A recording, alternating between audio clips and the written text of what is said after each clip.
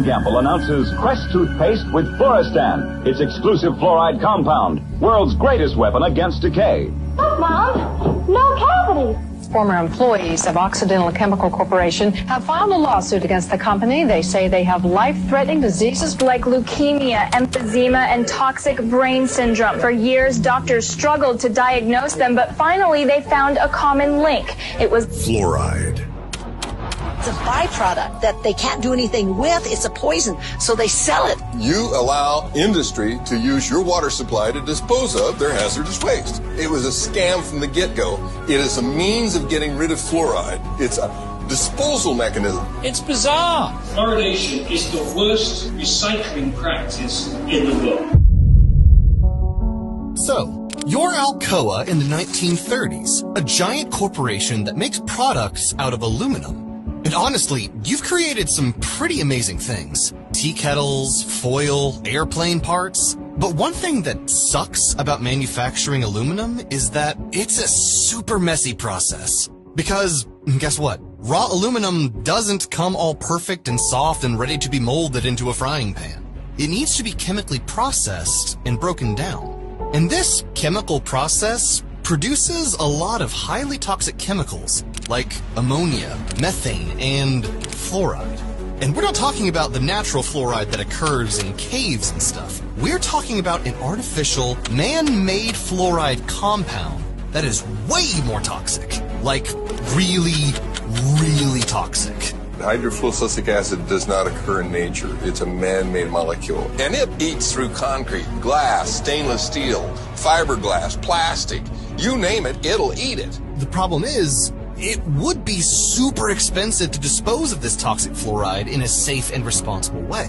So, it's a 1930s factory owner to do.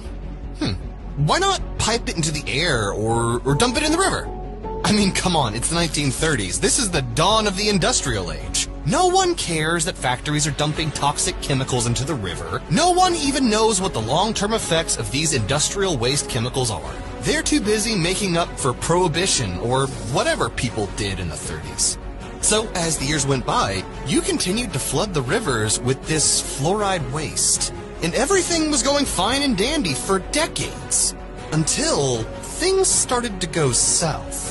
See, you've been dumping fluoride into the air and water for over 30 years now, and people were starting to notice. Alcoa factory workers were showing symptoms of poisoning from the fluoride gases. Cows from nearby farms were getting really weak. They couldn't even stand on their own anymore. And local dentists were starting to notice strange brown stains and chipping on the teeth of children who live nearby. Fluoride is starting to get bad press. And if that bad press continued, everyone would start connecting the dots to you and your fluoride river dumping frenzy. If that happens, you're going to be buried with expensive lawsuits. It would be the end of you. So if you want to survive this and thrive, then you got to do something drastic. You got to find a way to change the public's perception of fluoride from this toxic, poisonous chemical to something that's good for you. And this effort to rebrand fluoride into a healthy chemical would be one of the greatest propaganda efforts known to mankind. It's why today, fluoride has seeped into everything. It's in your toothpaste. Chemical?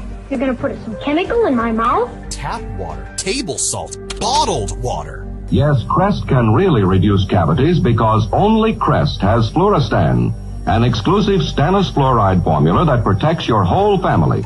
Chemical leak this afternoon in Rock Island. The chemical was so strong that it was burning through the concrete there. It was just before 1 o'clock Thursday afternoon when hazmat crews were called to the Rock Island water treatment plant for a chemical spill coming from this tanker truck. The chemical hydrofluorosilicic acid is used to add fluoride to the plant's water. After several hours, crews were able to clean up the leak, allowing operations to return to normal.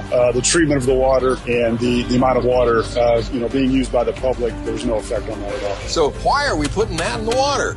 The United States, Canada, Australia, Ireland, and New Zealand generously provide you with the fluoride in your tap water free of charge. Why? Because it's good for you, they say. It's good for teeth. It prevents cavities. to say things like tobacco's harmless, fluoride is harmless.